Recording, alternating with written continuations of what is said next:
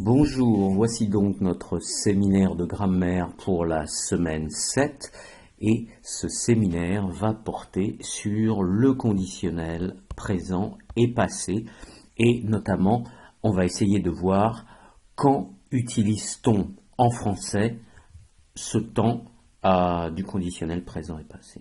Bien. Tout d'abord, les documents de référence. Alter Ego vous fait un tout petit rappel, tout petit, à la page 112. Dans votre livre Contextualized French Grammar, page 92 jusqu'à la page 100. Et puis, vous pouvez également aller voir dans French Grammar and Usage de Hawkins and Carroll, dans les sections qui sont indiquées ici. Et puis, en semaine 8, donc la semaine prochaine, nous parlerons de ce que l'on appelle le si hypothétique, autrement dit en anglais, the si clauses. Bien, passons aux choses sérieuses. Alors, le conditionnel, comment forme-t-on le conditionnel? On en avait déjà parlé au premier semestre. Regardons le conditionnel présent, comme toujours, vous avez une racine et une terminaison, c'est-à-dire a stem and an ending. Alors, on utilise en français ce que l'on appelle le radical ou racine, c'est la même chose, le radical du futur auquel on ajoute les terminaisons de l'imparfait. Donc, terminaison de l'imparfait, et vous reprenez le radical du futur pour le verbe. Ce qui fait que, par exemple, pour le verbe venir, vous mettez votre verbe au futur, vous gardez le radical et vous ajoutez la terminaison de l'imparfait. Autre exemple, pour le verbe être, on utilise le futur et on ajoute la terminaison de l'imparfait. Pour ceux qui s'intéressent à la prononciation du français,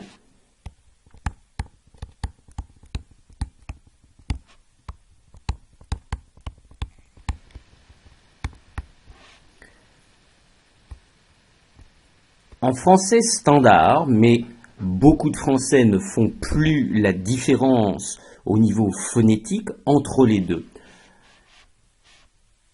Numéro 1, c'est le futur.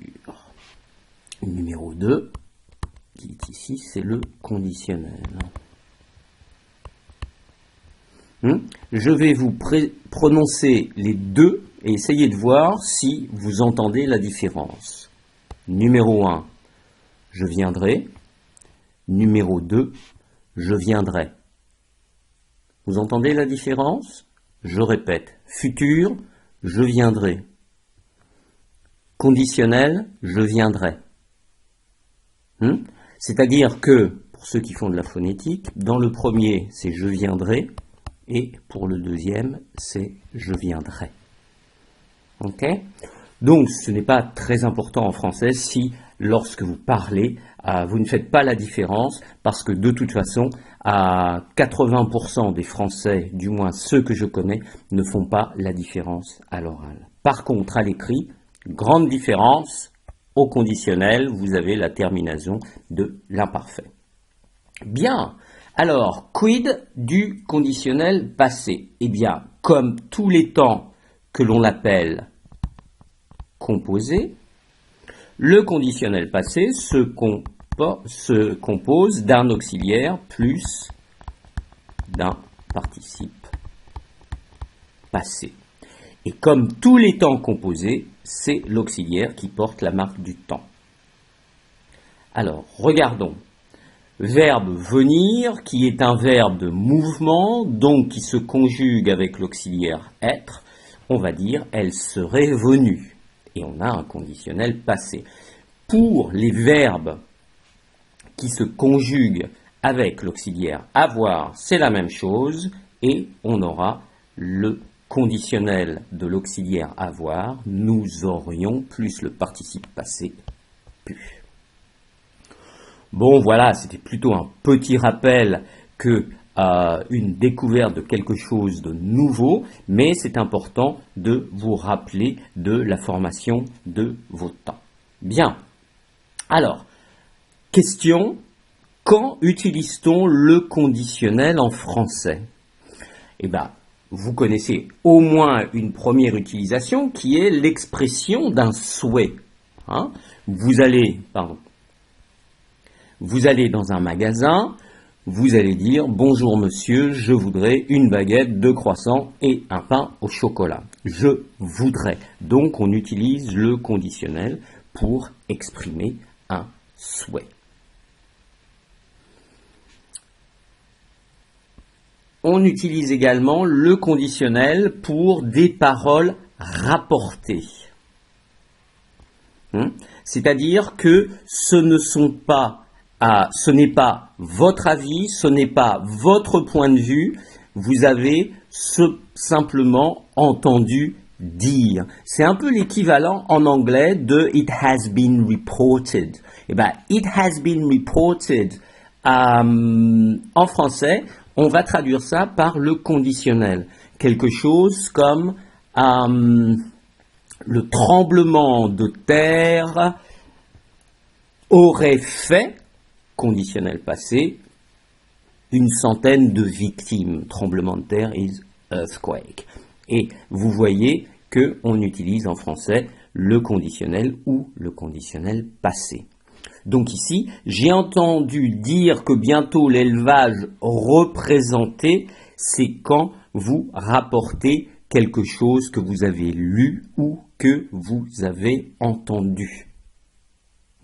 Par exemple, on pourrait dire, selon les écologistes,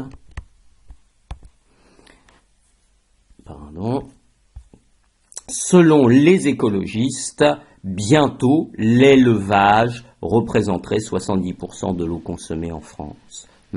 Donc, selon les écologistes, c'est-à-dire de l'opinion des écologistes. C'est quelque chose de très utile pour rapporter des points de vue qui ne sont pas nécessairement les vôtres. Même chose, demande polie. Pourriez-vous m'informer rapidement? Reproche. En général, on va utiliser le conditionnel passé.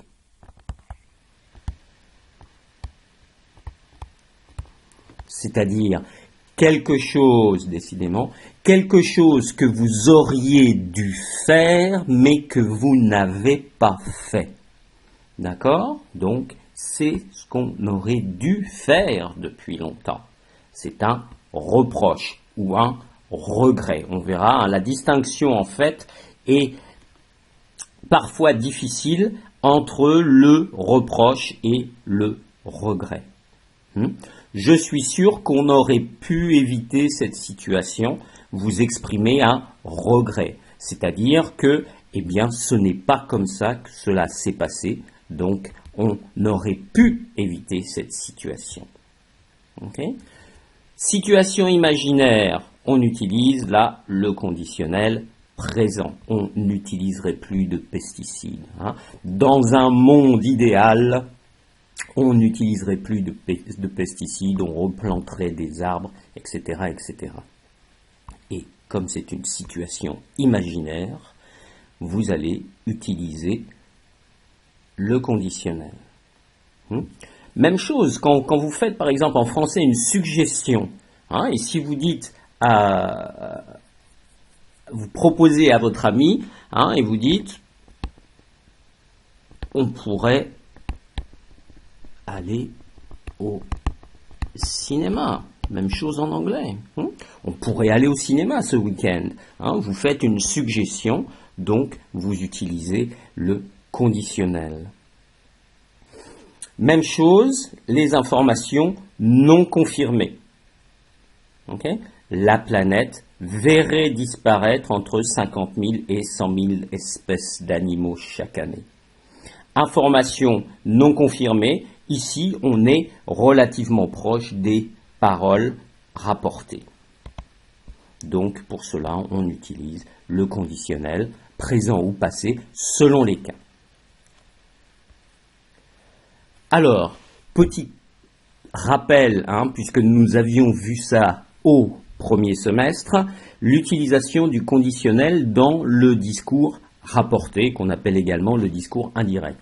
Rappelez-vous, conditionnel présent remplace un verbe au futur dans le discours direct avec un verbe introducteur au passé. Regardons. Il a dit « je viendrai ». Donc, on a ici un futur et on a un discours direct puisque nous avons des guillemets. Eh bien, le discours indirect, que l'on appelle également le discours rapporté, on utilise un verbe, qu'on appelle un verbe introducteur, il a dit que, et obligatoirement, vous faites la transformation, donc votre futur devient un conditionnel. C'est juste un rappel puisque nous avions vu cela au premier semestre. Même chose, conditionnel passé remplace un verbe au futur antérieur. Je vous montre l'exemple. Il a dit « j'aurai fini ce travail pour demain ». D'accord ? L'action est présentée comme terminée avec une perspective d'avenir. Il a dit que il aurait fini ce travail pour le lendemain. Alors, regardez la transformation. Futur antérieur devient conditionnel passé. Et puis également, ici, le point de référence.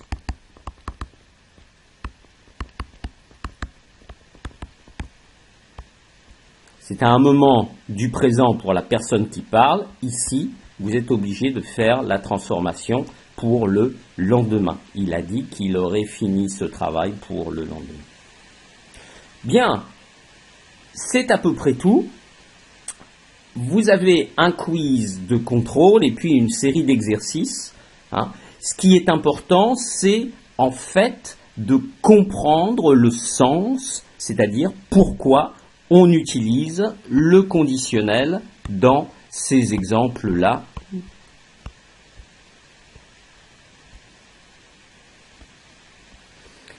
Et donc, à quoi ça correspond? Qu'est-ce que l'on exprime? Est-ce qu'on exprime des informations non confirmées, une demande polie, une situation imaginaire, etc., etc. Si vous êtes un peu perdu, référez-vous au début au tableau de la diapositive numéro 4, où je vous ai fait une liste des différentes situations où l'on utilise le conditionnel présent et le conditionnel passé. Je vous retrouve tout de suite pour l'explication concernant les exercices et la méthode. Merci.